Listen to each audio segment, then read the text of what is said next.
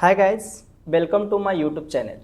दोस्तों, आज हम लोग देखेंगे कि बिहार सरकार द्वारा अपना ओबीसी सर्टिफिकेट या उसको एनसीएल भी बोलते हैं, ओबीसी सर्टिफिकेट को ऑनलाइन अप्लाई कैसे करें और उसमें कौन कौन से आपको दस्तावेज लगेंगे और उस दस्तावेज को हम कैसे भरेंगे अपने हाथों के थ्रू।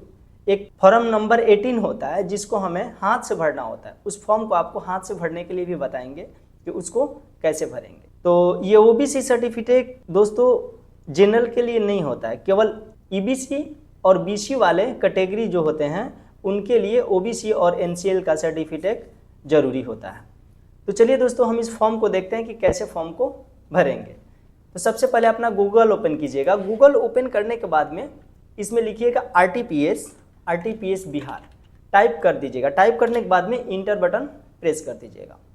दोस्तों, इंटर बटन प्रेस करने के बाद में देखिए यहाँ पे आपका आरटीपीएस 2 करके आ गया है। आरटीपीएस 2 ये वेबसाइट है, इसका लिंक दिया हुआ है और इसका वेबसाइट देखिए http://online.bihar.gov.in है। वैसे हम इसका लिंक आपको डिस्क्रिप्शन में भी प्रोवाइड कर देंगे। तो चलिए दोस्तों, हम आरटीपीएस 2 पर क्लिक करते हैं। आरटीपीएस 2 पर क्लिक करने के बाद ये मेरा डायरेक्ट लोक सेवाओं का अधिकार की मेन वेबसाइट पर लेकर के चला आया। अब यहाँ पर हम देखेंगे, देखिए यहाँ पे नीचे ध्यान दीजिए, यहाँ लोक सेवाओं का अधिकार की सेवाएं, इसके नीचे जस्ट आप आइएगा यहाँ पे सामान्य प्रशासनिक विभाग। तो इसमें आपके सारे फॉर्म को फिल करने का ऑप्शन दिया रहता है। तो चलिए हम सामान्य प्रशासनिक विभाग पर क्लिक करते हैं। जब भी हम क्लिक करते हैं तो देखिए यहाँ से आप आवासीय बना सकते हैं, जाति भी बना सकते हैं, आय भी बना सकते हैं। दोस्तों, इसलिए हम बता रहे हैं कि यहाँ पे जब भी आप एनसीएल ओबीसी सर्टिफिकेट के लिए अप्लाई कीजिएगा तो आपको आवासीय, जाति और आय बहुत ही जरूरी है।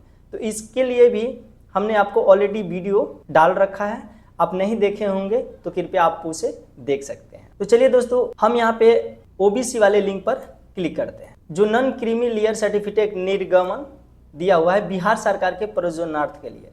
देखिए दो होते हैं, एक बिहार सरकार के लिए ये वाला हो गया आपका और नीचे केंद्र सरकार के लिए हो। तो केंद्र सरकार के लिए अगर बनाना होता है तो नीचे वाले इस पे क्लिक करेंगे और बिहार सरकार का बनाना होगा तो इस पे क्लिक करेंगे। तो चलिए दोस्तों, हम बिहार सरकार के लिए नॉन क्रीमी लेयर प्रमाण पत्र का निर्गमन बिहार सरकार के प्रयोजनार्थ पर क्लिक करते हैं। तो यहाँ क्लिक करने के बाद में दोस्तों ये 3 ऑप्शन दे दिया। एक अंचल स्तर से आप बनाना चाहते हैं, या अनुमंडल स्तर से बनाना चाहते हैं, या जिला स्तर से। तो फिलहाल कोई भी अगर फर्स्ट बार अगर ओबीसी बनाता है तो अंचल स्तर से ही बनाता है। जब अंचल स्तर का ओबीसी अगर बन जाता है तब आप अनुमंडल स्तर के लिए अप्लाई करेंगे, और अगर अनुमंडल स्तर का आपका फाइनल ओबीसी बन गया तो आप जिला स्तर के लिए अप्लाई कर सकते हैं।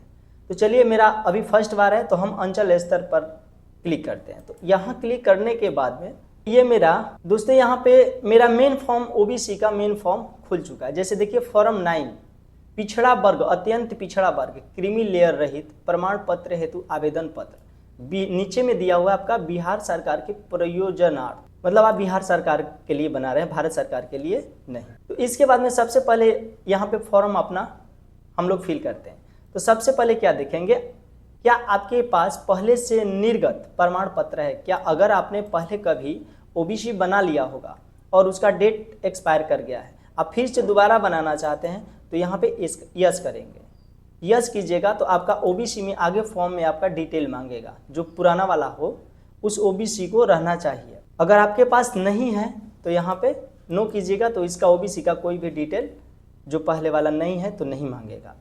इसके बाद आइए यहाँ पे हम लिंग देख लेते हैं। लिंग में आपको यहाँ पे पुरुष, स्त्री और तृतीय लिंग। तो दोस्तों यहाँ पे हम पुरुष सिलेक्ट करते हैं। तो देखिए यहाँ पे अभिवादन जरूरी है। जब पुरुष सिलेक्ट किए तो अभिवादन में केवल एक श्री आ रहा है। अगर आप यहाँ पे स्त्री सिलेक्ट कीजिएगा तो अभिवादन में देखिए श्रीमती और सुश्री दोनों ऑप्शन दे रहा है। आप अपने से चॉइस कर लीजिएगा कि आपको इनमें से कौन सा चूज करना है। चलिए हम पुरुष सिलेक्ट कर लेते हैं और अभिवादन में श्री डाल देते हैं। इसके बाद देखिए एप्लीकेंट नेम, फर्स्ट पे एप्लीकेंट नेम यहाँ पर डालना है आपको। तो यहाँ पे आप एप्लीकेंट नेम डालिएगा। यहाँ पे इंग्लिश में अपना एप्लीकेंट जो जिसके नाम से आप फॉर्म फिल कर रहे हैं उनका नाम डालिएगा इंग्लिश में, और स्पेस दबाइएगा तो यहाँ पे इस बॉक्स में अपने आप हिंदी में उनका नाम ले लेता है। इसके बाद देखिए इस साइन पर आप क्लिक करके अपना डेट ऑफ बर्थ फिल कर सकते हैं। यहाँ पे क्लिक करने के बाद में आपको यहाँ से ईयर आपको सिलेक्ट करना है। तो मान लीजिए कि आपका ईयर कुछ भी हो, चलिए हम अपना ईयर कर लिए। इसके बाद इसमें से मंथ चॉइस कर लेंगे कि मंथ कौन सा है, तो मंथ कर लिए। इसके बाद अपना डेट सेलेक्ट कर लीजिएगा। करने के बाद में आपका डेट ऑफ बर्थ यहाँ पे पुट हो गया। इसके बाद में देखिए, इसको आप आधार कार्ड से मोबाइल नंबर अगर आपका लिंक होगा तो यहाँ पे अपना आधार नंबर दे सकते हैं, अन्यथा इसे छोड़ सकते हैं। इसके बाद तीसरे नंबर पर आवासीय पता। आवासीय पता डालने के लिए यहाँ पे सबसे पहले आपको राज्य सिलेक्ट करना है कि आप कौन से राज्य से, तो केवल एक ही राज्य हम बिहार का बना रहे हैं तो बिहार राज्य दे दिया। इसके बाद में बिहार राज्य में कितने ज़िले हैं ये अपने आप सिलेक्ट करते जाइएगा, तो यहाँ पे ज़िलों का लिस्ट दे दिया। तो हम ज़िला यहाँ पे सिलेक्ट कर लेते हैं। ज़िला सिलेक्ट करने के बाद देखिए अनुमंडल, इस ज़िले में कितने अनुमंडल है यहाँ पर फेच कर लिया, तो इसमें से आप अपना अनुमंडल सिलेक्ट कर लीजिएगा। अनुमंडल सिलेक्ट करने के बाद यहाँ प्रखंड सह अंचल, तो आपका उस अनुमंडल में कितने अंचल हैं यहाँ पे शो करने लगेगा, इस आप अंचल को सिलेक्ट कर लीजिएगा। सिलेक्ट करने के बाद में यहाँ पे आपको ग्राम, तो आप अपने ग्राम का नाम यहाँ लिखेंगे। इसके बाद वार्ड संख्या आपको यहाँ लिखना है। देखिए वार्ड संख्या कोई ज़रूरी नहीं दोस्तों, आप डाल भी सकते हैं और नहीं भी डाल सकते हैं।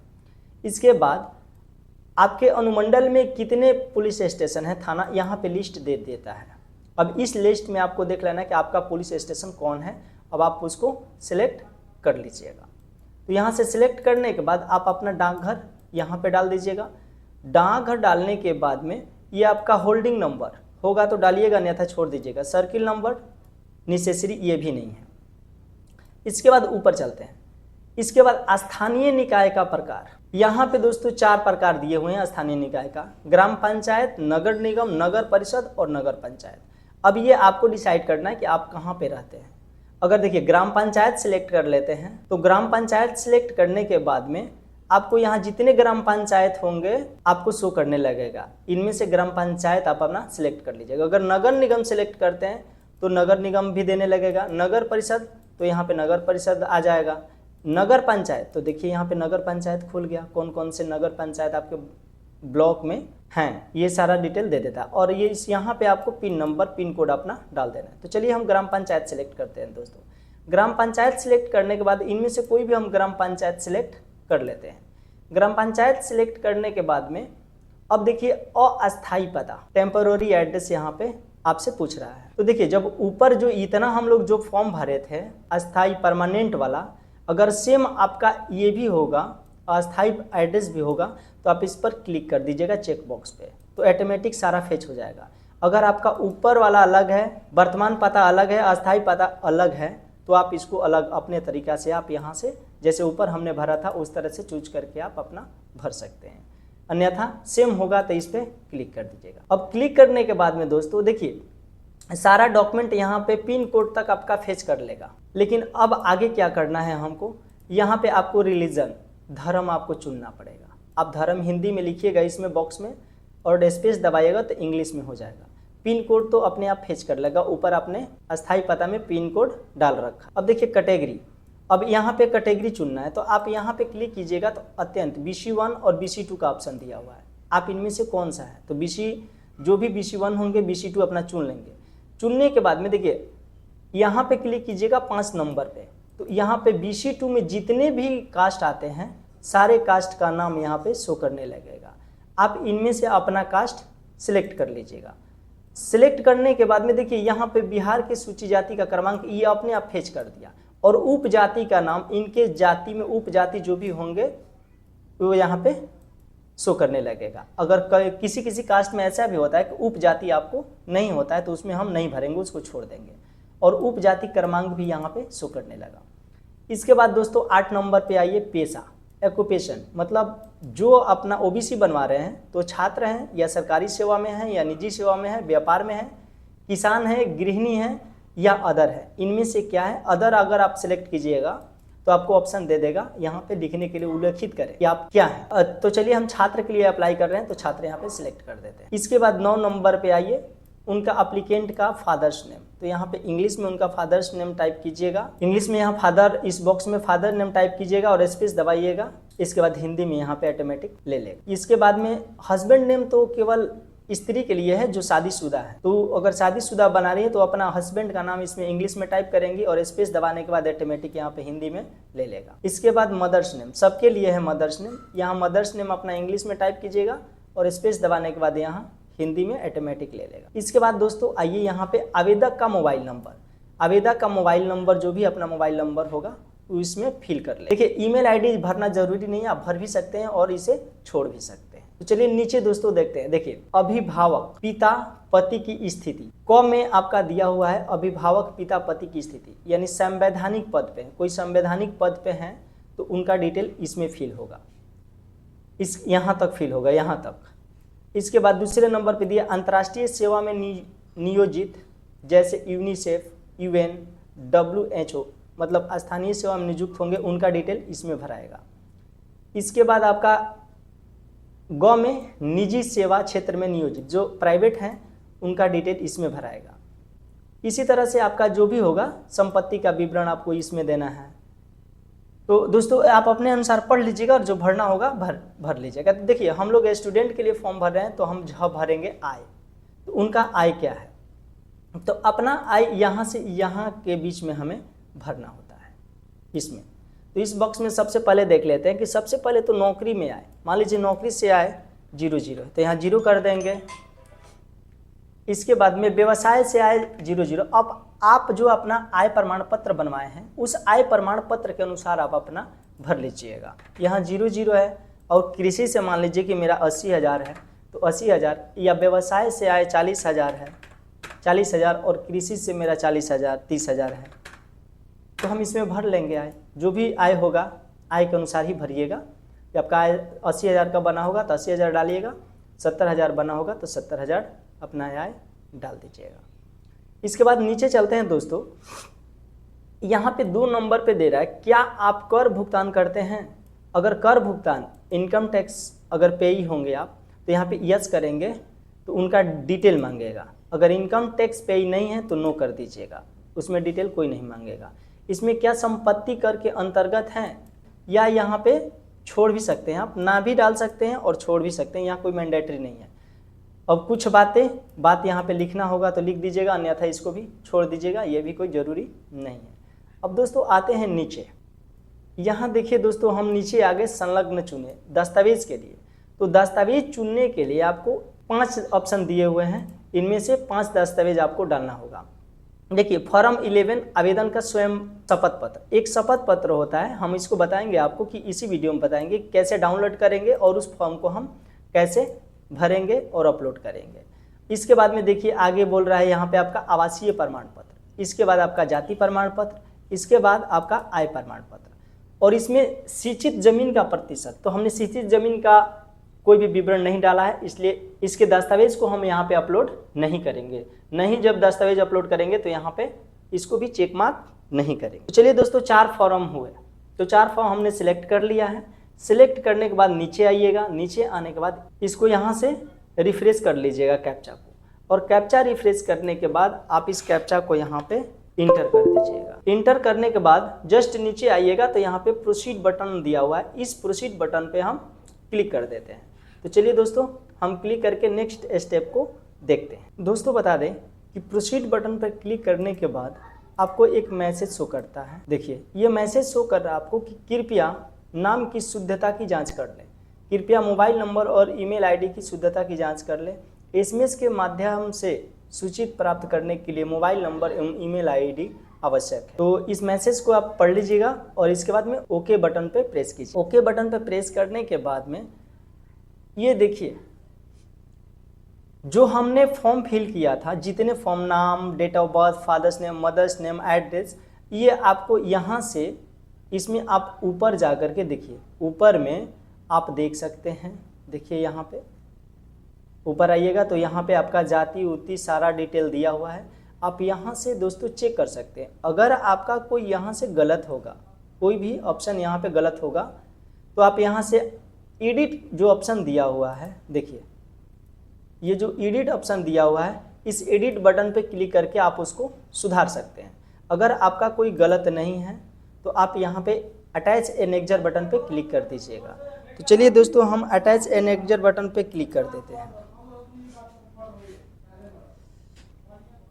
अटैच एनेक्जर बटन पे क्लिक करने के बाद में आपको वो सभी दस्तावेज अपलोड करने होंगे जो दस्तावेज यहाँ पे दिया हुआ है। देखिए 11 आवेदन का शपथ पत्र, 11 फॉर्म है जो आपका आवेदन का शपथ पत्र होगा। यहाँ पे रेसिडेंशियल सर्टिफिकेट मतलब निवास प्रमाण पत्र, यहाँ पे आपको इनकम सर्टिफिकेट, यहाँ कास्ट सर्टिफिकेट, BC EBC, और इसके बाद दस्तावेज एक और डॉक्यूमेंट आपको अपलोड करना होगा। जैसे देखिए यहाँ पे मतदाता पहचान पत्र, पासपोर्ट, ड्राइविंग लाइसेंस, सरकारी पहचान, pension, Aadhaar card, smart card, PAN card, स्वास्थ्य बीमा, मनरेगा कार्ड, इनमें से कोई। तो चलिए हम आधार कार्ड अपना सिलेक्ट कर लेते हैं। और इनमें से तो सभी का देखिए फॉर्म आ गया 11 आवेदन का शपथ पत्र, इसके बाद निवास प्रमाण पत्र, इसके बाद आय और ये जाति। इसमें हम सारे डॉक्यूमेंट को अपलोड कर देंगे। देखिए दोस्तों इस पर सिलेक्ट करने के बाद ये डॉक्यूमेंट फॉर्मेट जो दिख रहा है, देखिए दिखा रहे हैं आपको, ये जो डॉक्यूमेंट फॉर्मेट रेड कलर का दिख रहा है, यहाँ पे अपना कर्सर लेकर के जाइएगा, कर्सर।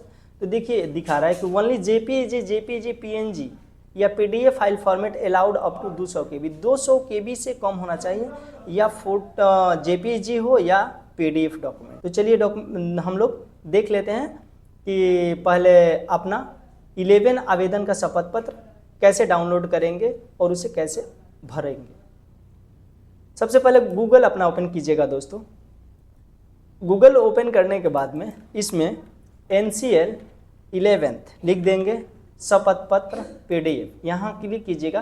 तो देखिए यहाँ फॉर्म 11 आवेदन का शपथ पत्र RTPS बिहार लिखा हुआ, इस पर क्लिक कीजिएगा।